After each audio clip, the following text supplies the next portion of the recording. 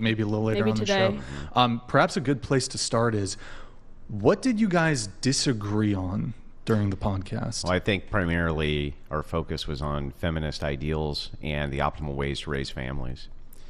So I'm happy to kind of dive in on that if you'd like. Sure, yeah. So that we're not speaking past each other, when you define feminism, would you define it as the pursuance of egalitarianism between men and women? Yes. No other real qualifiers? Not for me. I do think it's difficult to define because I think that everyone kind of has their own definition. Mm-hmm. So when talking about it, it's difficult to like discuss feminism as like a monolithic thing.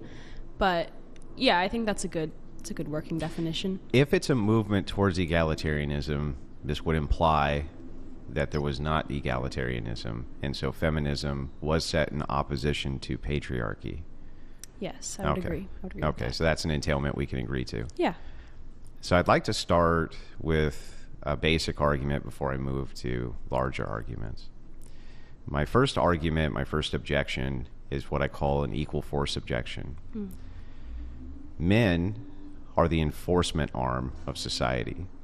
And because they are the enforcers of rights, and I don't believe that rights exist as an objective standard, but rather they're a social construction of the mind, what I think we actually have is what's called force, right? So force are rights.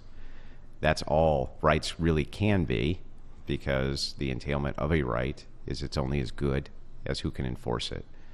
I do not believe that women can enforce their own rights and that only men can enforce their rights, and so therefore I do not believe egalitarianism is possible, nor should it be something that we move towards. Mm-hmm. So you think that men are the enforcement arm in the sense that they enforce rights, or our conception of rights, or are you arguing that they're the enforcement arm as in like they're enforcing law and order? Well, let's back up to make sure that we're not speaking past each other again. Okay. So rights, you would agree, are not a tangible thing, but they're just a conception. They're I agree with that. A social construction. Yes. So if you are to have a right, an entitlement, absent a duty, if we can define a right as that, then what you're really talking about is force. You're talking about having force to make sure that you have this entitlement. That would be necessary. And so when I'm talking about force, I'm saying that men have the monopoly on force. And because they have a monopoly on force, anytime they so choose, they can take the rights away from women, but it's never possible the other way around. I guess I would disagree that rights are only upheld through force. Like in this day and age, I think that it's easy to say that hypothetically men could turn against women and use like brute strength and brute force to take away rights, but I think that Sorry. It's okay. I think that we have a pretty Are you mocking her, Brian? a pretty well-founded legal system that we used to uphold rights, or our conception of rights. I think I would disagree that rights are only force. I do agree that they are a social construction. Your legal system is force. I mean, the legal system, yes, it's force. It's coercion, but I think... Well, no, it's not just coercion.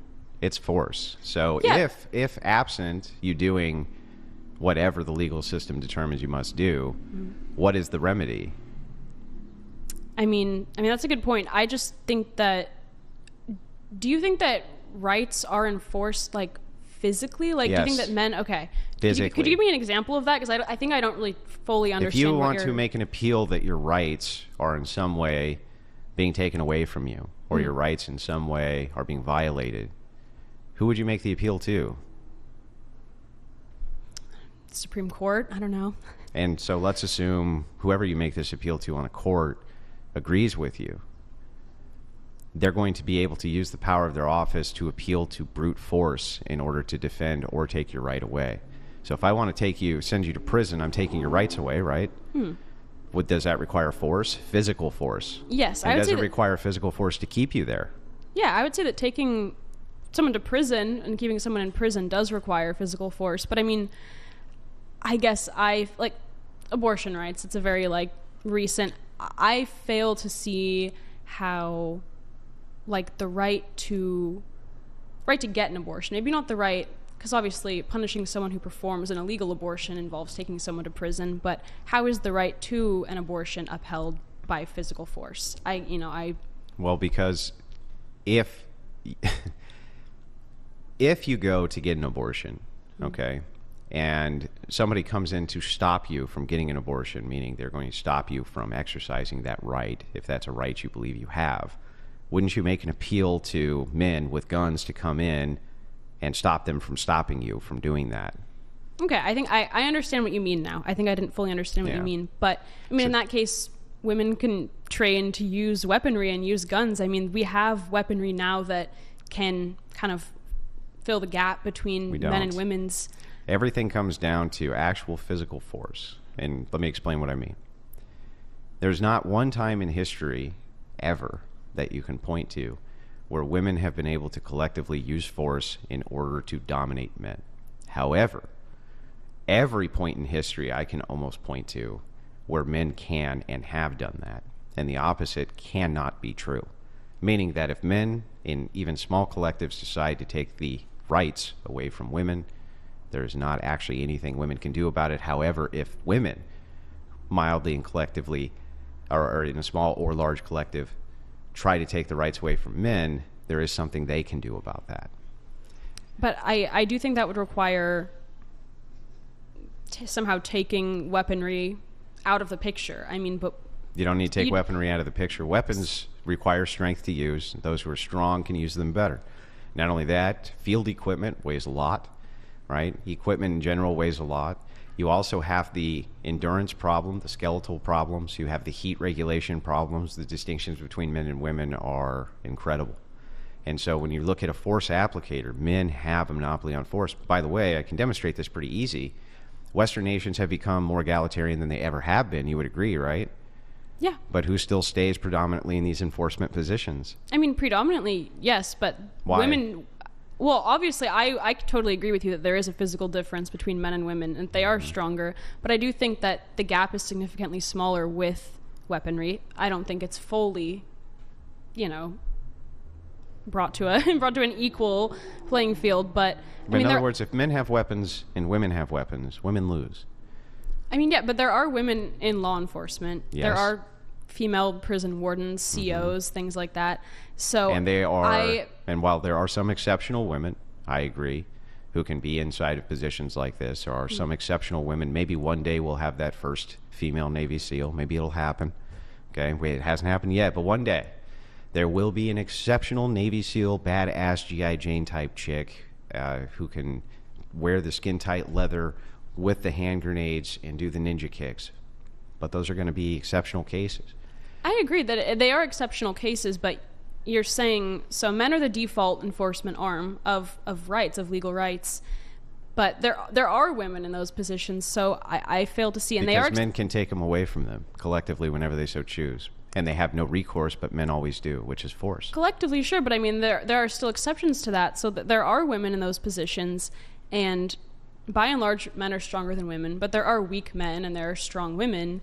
And I feel that, I mean, the exceptions to those cases do present a problem. But even weaker men, even much weaker men, are still usually stronger than even average women.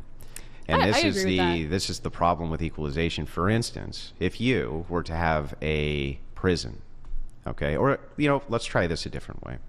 Let's say that you were a general in the armed forces, and you had a special forces unit which was compiled of 100% women and one that was compiled of 100% men. And you had a job which you absolutely had to get done. It was critical. It was mission critical. Who'd you turn it over to? I would turn it over to a man. You turn it over to the men because they would be much more excellent performing those duties than women, right? Yeah, and I can totally agree with you on that, but I do think that the presence of women in those positions, I mean, they are present in those positions. And also, I guess my question would be, do you think that the enforcement of rights is the most important part of a well-functioning society?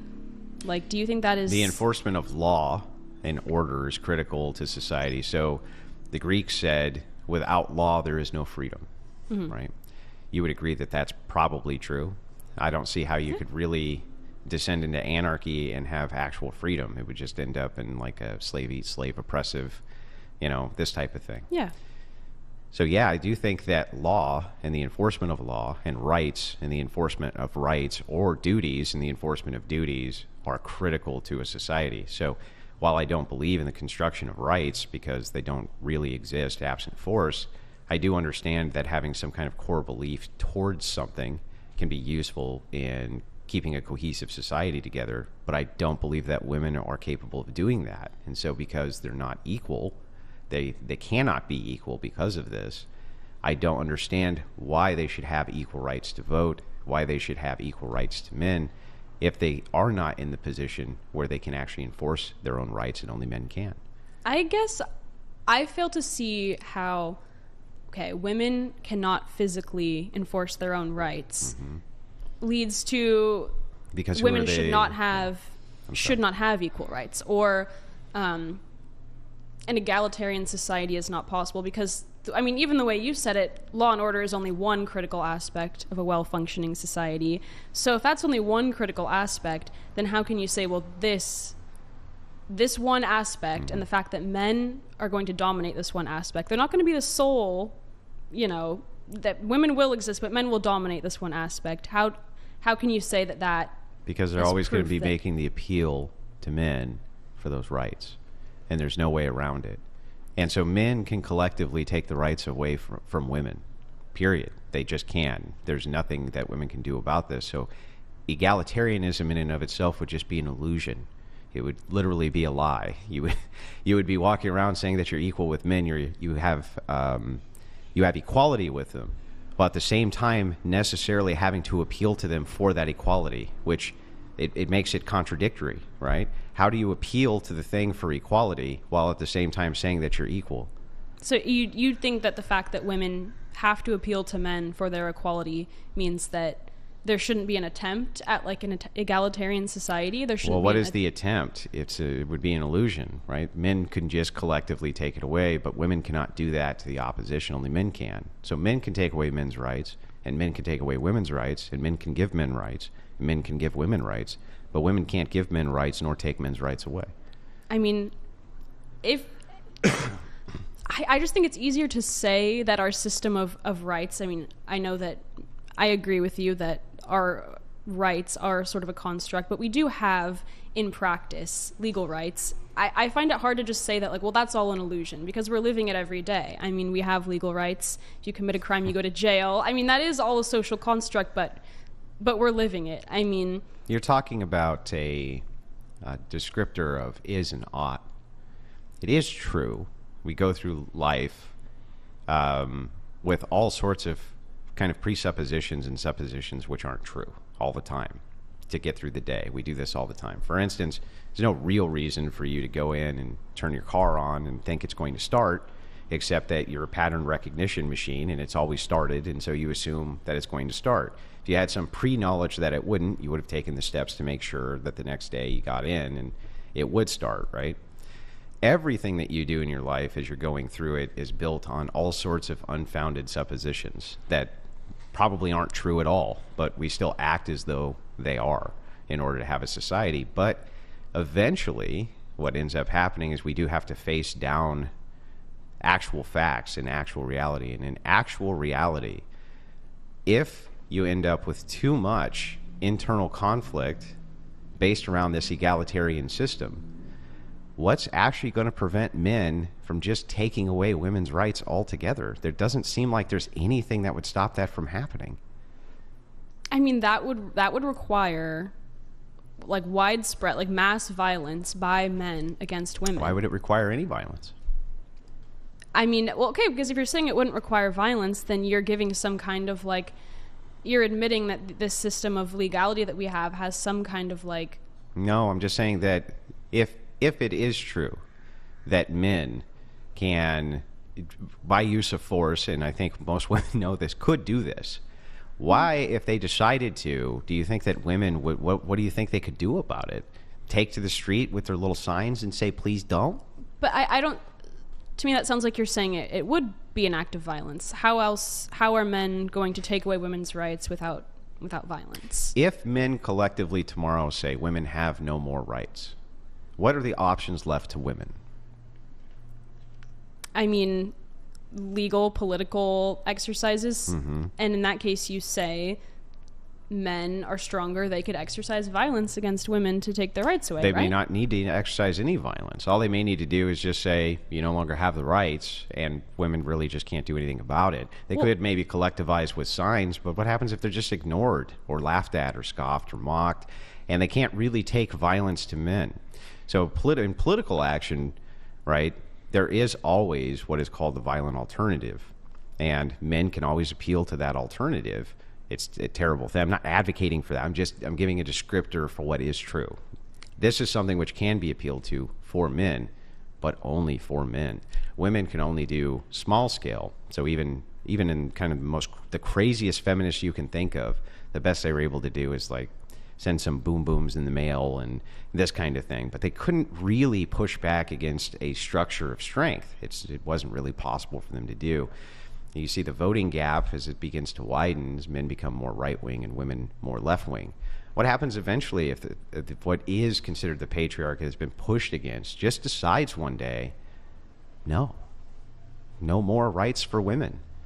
I think in that case there would be political opposition, and I think there would be widespread collective political opposition from women.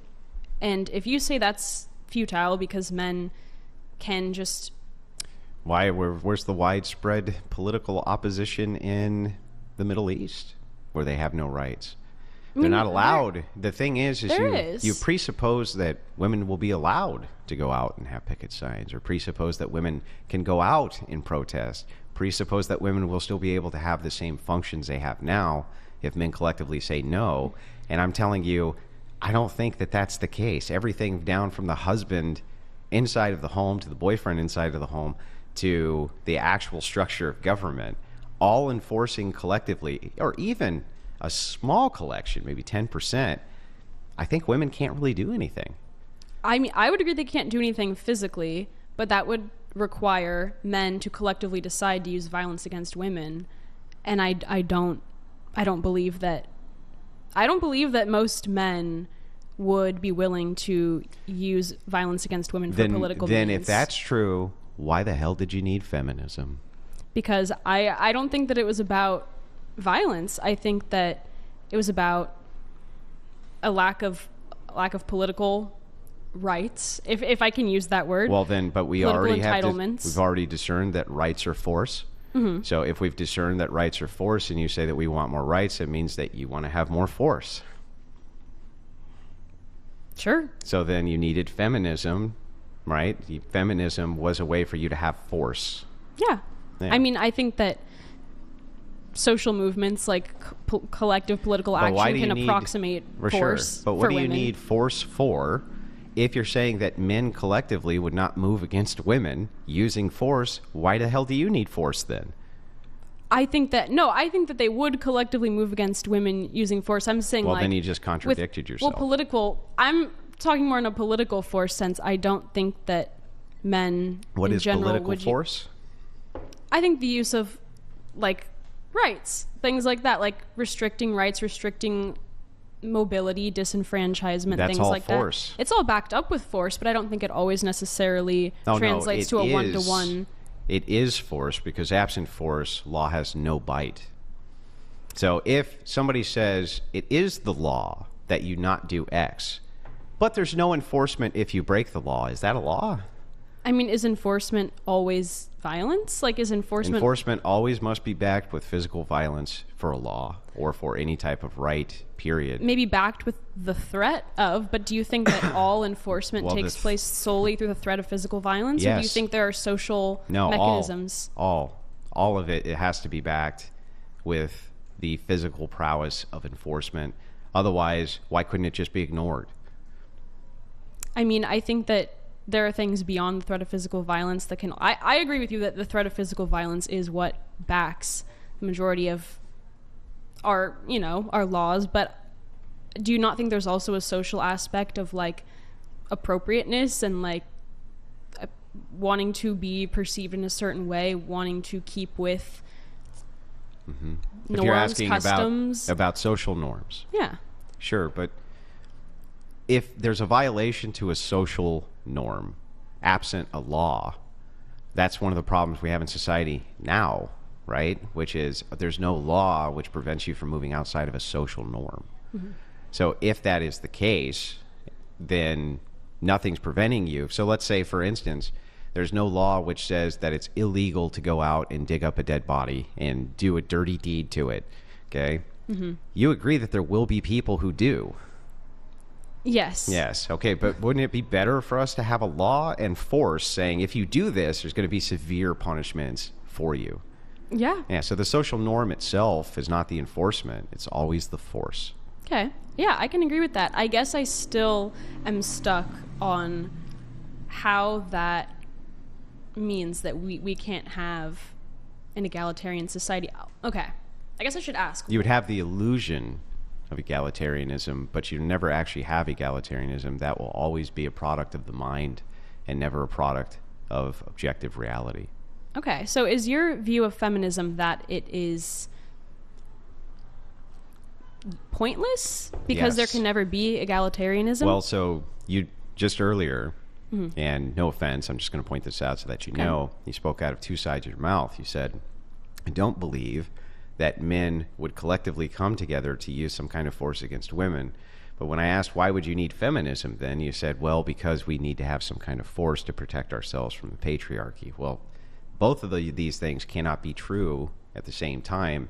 This is where we come to what we call Schrodinger's feminist, which is I'm a strong, empowered woman, but also a victim at the same exact time. And it can't really be both. It has to be one or it has to be the other. So if you're a strong, empowered woman, and what it is that you want is some type of equal force to push back against the patriarchy, I think we've just discovered that that's not even a possibility. So what's really going on is you want some sort of political power, right? But you can't enforce the political power. Well, that is, and when I say that equal force to push back against the patriarchy, I mean political power, because I don't think that men will collectively decide to use violence against women. So they do it all over the world all the time. Well, yes, on an individual level. I don't think collectively. On a collective level. Okay, so what do you think the solution to that should be for women? Well, I think the first solution is you should understand that what you're doing is you're fighting the patriarchy by at the same time appealing to it. So if you and I can agree that force itself is political power and that force itself is always going to be monopolized by men, then you've described a patriarchal system. If that is the case and you say you want more political power, then you are actually appealing to a patriarchal system to give it to you. Because they're going to be the enforcers, right? I can agree with that. I don't think it's good. I don't enjoy that situation. So why not just have patriarchy? If that's the case, that you're appealing to it anyway in order to enforce your rights inside of it, why not just submit to patriarchy? Because I mean, me personally, I would rather not. I would not like to see the outcomes from a system that works like that. I wouldn't like to see women, I guess, in general, relegated to the domestic sphere. I wouldn't like to see the levels of... When you say the domestic sphere, what do you mean? The home, like child rearing. Me personally, I have no problem with that. That's what I see in my future what could be more important than that? For me, no, for nothing. For women. I mean, for women, I think that should be up to the individual woman. Yeah, I understand that you think. Well, go ahead. I didn't mean to cut you off. No, it's okay. I think that the key here is not to say that is bad, but I do think that sort of socially enforcing that is the only opportunity for women is bad, because not every woman will be fulfilled by that and will be happy in that position. What job do you think is more important in society than being a mother? I would agree that being a mother is the most important job. Then how are you relegating women to the home? If the most important societal job we can give them is motherhood, how is it a demotion? How is it even a gilded cage is a cage. Like if a woman doesn't want to do that, well, but that's relegation. There's never been women are not forced to stay at home and give birth. They've always been able to work. They've always been able to work. There's definitely social pressure, and good. We need social pressure. Hey, Sean, thank you for the gifted 20 memberships. Appreciate it. Go ahead, continue. Yeah. I would disagree that we need social pressure to keep. I mean, I'm sure you'll reference the decline in birth rate and decline in the birth rate. I don't really know, but I think that it's a biological impulse to have kids. I don't think people are going to stop having kids. But they're stopping having kids. Maybe at a slower rate. No, at a huge rate. Like South Korea, you know what the birth rate is there? And I've heard in South Korea, it's below. It's a movement. It's an below intentional single replacement. Yeah, and I've heard that's an intentional movement on the part of women. Which I mean, that could be an example of women exerting force. Wait! I thought we didn't need pressure. Pressure to make people have kids because people are going to continue to reproduce. You just said no matter what, and then you point to a political movement where they stop. Okay, no, I'll give you that, I guess. But in that case, women are successfully exerting some kind of political pressure, but what force happens against if men in South Korea say no? I mean, that would involve that would involve rape. I mean, why would it involve rape? How else could you force a woman to? Well, they could do it through incentivization. They could just say things like, you can't work, so you have to get married if you want to survive in this world. They could do things like that, where it would be coercion, but it would not be that. We can't say that word, by the way. But SA, it would not be SA. So what I'm saying is that there's all sort of incentives which can be put down. So you appeal to a woman's biology and the fact that she wants to have children, but you also dismiss indoctrination. And there's a huge indoctrination program that tells women to have a nest egg before they get married. And so their early years, in their 20s, they're not having kids. And they wait until they're in their 30s. The average marriage age now is 31, I believe, in the United States. It's over 30. That's not really very good for child rearing. Wouldn't you agree? No, I don't. Why is that not good? Because your most fertile years are behind you. But if we're still having children at replacement rates... We're not. We're way under replacement rates. Do you think that's because women are waiting later to have children? Yeah. Well, it's because of materialism. So the reason that this occurs is... I'll explain it to you so that you know. If you can have the procreative function, right, and all the fun that comes with it without the side effect of children, a lot of people will opt to do that because of hedonism and because of materialism. The society's devolving into nihilism because there's no greater pursuit for people to have. Religiosity is bashed at every corner. God is considered to be something which is an outlandish fairy tale, and there's no higher authority for people, so materialist nihilism is what society's being reduced to. So people are looking at a sense of self more than they're looking at an extension of family. I guess I'm curious about a couple things. Where is the proof that this is happening and that there is this big information campaign to keep women from having children in their 20s? And also, where is it coming from? Well, and why? All the original feminists who were on the suffragette side, if you go back and you read their writings, and you can find them in a great book called Occult Feminism, they express over and over again that the nuclear family is the most dangerous part of women's liberation because it breeds a patriarchal system. And so that is what they were pushing against, was a nuclear family. They did not like that at all. So that's proof one. Proof two is that I can go back to the 90s when the United States was really pushing student loans, especially towards women, and in the 2000s towards women. And you saw the expression of feminism in what would be considered, I think, third wave at that time, telling women to wait until later in life until they had something to fall back on because their husbands were going to leave them. It does happen. Well, the husbands aren't initiating the divorces. The wives are initiating the divorces. Women do absolutely initiate divorce, but do you think that there's no fault in those instances? Do you think men were completely innocent? Well, it's good that you bring up no fault. I'm talking about no fault divorce. Right, because no, of course there's going to be times where men are at fault for the relationship dissolving. But when we look, we can look at these on a case-by-case basis, and we do. So we have all sorts of attorneys and judges and polling groups who talk to these various divorced couples who they track and who they get remarried to. And the number one reason that they're getting married or divorced is irreconcilable differences.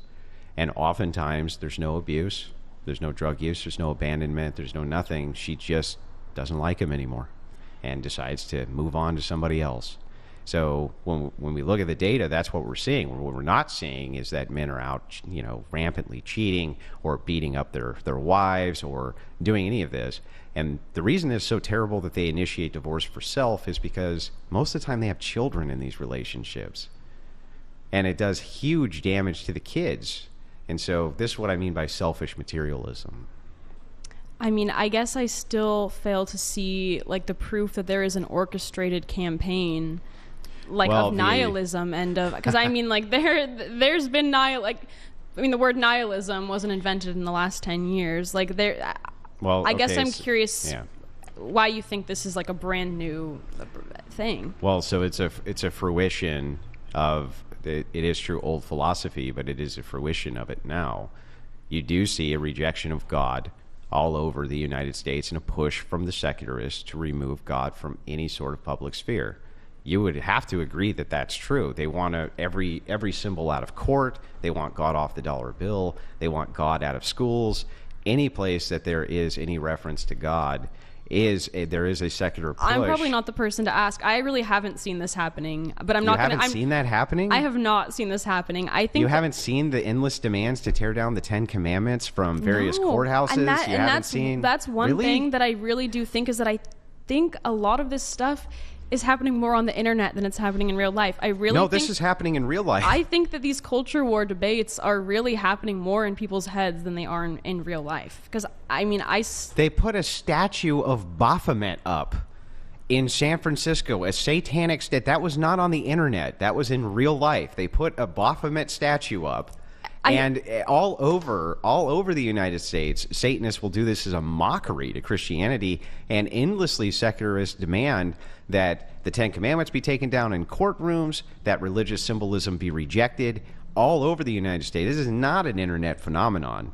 I think the internet phenomenon is the interpretation of it, because Satanists, I do not believe actually believe in Satan. I think they don't. Exactly. They're secularists. Yeah. That makes my point, though. But if you guys don't mind, I will bring it back to the topic at hand. Oh, yeah, sorry. So, we've kind of... Yeah, it's fine. It's fine. Why don't we do this? So how do you guys what's your definition of feminism? And we'll start with you. Well, I think we agreed on the definition that feminism is to promote the equality of men and women. And that the entailment of that is a destruction of patriarchal systems. Sure, yeah. And you do consider yourself a feminist, correct? I do. Okay. And you mentioned the patriarchy. One of the tenets, at least my understanding of feminism, is the patriarchy theory. There's a patriarchy. Do you agree with that there is a patriarchy? Yeah, she agrees. Yes. Yeah. And so can you give us a definition of what the patriarchy is? In my understanding, and then Andrew, you provide one too. I think that the patriarchy colloquially describes like a male-dominated culture, male-dominated systems. I think like technically it's just like patrilineal descent. Yeah. The father. Yeah. But I think that, I would say male-dominated culture, male-dominated systems. I think it's just kind of used to describe, the ways that men have been in power and wielded that over women. Ordered systems where men are in charge. Yeah. Do you agree with that, Andrew? Sure.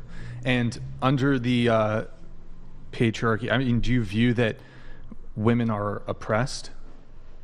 I think absolutely globally. I don't know how much I feel that applies in the United States today, but globally, absolutely. And Andrew, do you think that women are oppressed in the United States? It depends on what we would consider oppression to be. Right. Well, let's start there. How do you define oppression? I would say probably the unjust wielding of power by one group over another to prevent them from acting in their free will. I'm sorry I have to do this, but I do have to get a little bit into your presupposition there. What is justice? I mean, that's a philosophical debate. Well, but you're appealing to it. Yeah, I would say that justice is at its very core definition probably just closer to the definition of equality, like equal treatment. So anything which is unequal is oppression.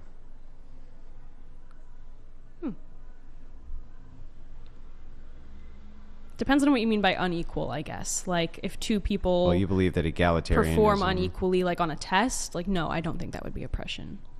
So then, what is justice? You know, honestly, I don't think I have a good definition for justice in the. I'm curious what your definition of justice is. Well, for me, I would make an appeal to Christian ethics in order to make a determination of what is or is not just. But in your case, right, you don't have anything that you can appeal to, do you? You just appeal to what? Nothing? No, but I mean, don't you think that's kind of a cop-out that you can say, oh, well, God told me what justice is. It's Christian ethics. But you can't... How could you ever say that my justification's not good enough for you who has no justification? That is fair, if you're talking about me directly. For all of it will reduce to essentially relativism from your end. Absent any type of religion, it's going to be relativism. There is no moral standard you're going to be able to appeal to. I think that's true. Okay. Go ahead and try to appeal to a standard that's not relativism. Like a moral standard, I think minimizing harm. That's relative. What's harm? Well, I would take more thought. But I mean, what is the Christian, like, moral standard? Well, the Christian moral standard is divine command. And this is based on... the understanding that knowledge itself cannot exist absent God. It's an X to Y argument. So it would say that the argument, it would be... Rose donated $200. Brian, this layout is awesome. These would be great to consider having more of with you mediating / asking questions between two guests. Thank you, Rose. Yes, I want to do more of these whatever debate formats. We've done a few in the past. And thank you, Rose. Appreciate the TTS. Continue. Okay. So in any case, regardless of what I would appeal to, even if I said I appeal to a flying spaghetti monster in the sky, I really don't have to justify that. If there's no justification on your end for what is a moral standard, I don't have to justify mine then either. Why would I need to? If we're both just in relativism, then anything that I assert as being correct is just as valid as anything you assert as being correct. Okay, but I mean, so would you agree that what I'm asserting, anything I can assert can be just as correct as what you're asserting? If it's absent a justification, there just wouldn't be a reason for me to justify. So then what I would need to do then is appeal to force. And so if I were to make an appeal to force... We've already established that we have the monopoly on force, and you can't make a moral argument because you're a relativist. Where are we left? I mean, so do you discount any secular... Hang on. Answer my question. Sorry. Ask the question again. Where are you left if you're a relativist? You can only appeal to relativism. My worldview has to be just as valid as yours, so then therefore we both appeal to physical force. What else could we ever appeal to? Honestly, I am not totally sure how we get from there to appealing to physical force. Because what else could you appeal to other than just an enforcement to your preferences? Appeal to for what? For any ought. Every ought would just become force. You would just say the things I want to see different in the world are because I want to see them different in the world. And then that would require force. So relativism will reduce to a force doctrine. But I'm curious why Christian ethics wouldn't also reduce to a forced doctrine. Well, the Christian ethic can make a determination between an is and an ought. So we would make the ought claim that you should not utilize force for what we would consider oppression, which is hardly patriarchy. That's not oppressive. But yeah, we would make a justified moral claim. And that's how we would move forward in a moral conversation or in an ought. But from your case, it's total and complete relativism. And you know it's relativism. Whatever worldview you come up with, absent religion, is going to reduce to relativism. And so we're just going to be right back to force again. I mean, what if God isn't real? Then do you think that has any effect on... the same justification you do to appeal to force. So could I not make up my own thing that tells me what is right and wrong, and I can lead back to that? It won't be relativism because I have this thing. That would be relativism, yeah. I'm curious how that's different from saying that it comes from God. Because from there's divine philosophical proofs for God. If there's no philosophical proofs that you could present for whatever your flying spaghetti monster is, then we would reject it.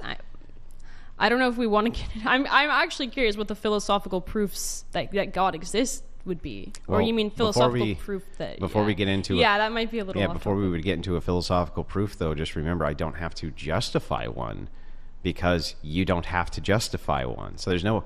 In other words, coming to me and asking me, can you make a justification for a thing which I can't justify? Why would I need to do that? We would just assume immediately that you disbelieve whatever my justification would be, right? Because you don't hold it, right? So you don't believe it. So if that's the case, we're still going to be reduced to just appealing to force again. Okay, well then that puts us on equal footing with our If ethics. it puts us on equal footing with our ethics, and both of us are appealing to force, then ultimately, if men decide to utilize force in order, and they have the monopoly on force, you can't make a single moral argument for why that would be wrong. So you disagree that patriarchy is oppression? Yeah, okay, but hang on, before we move the goalpost. No, that was a question. No, and I'll sorry. answer the question, but I asked you one first. Mm-hmm.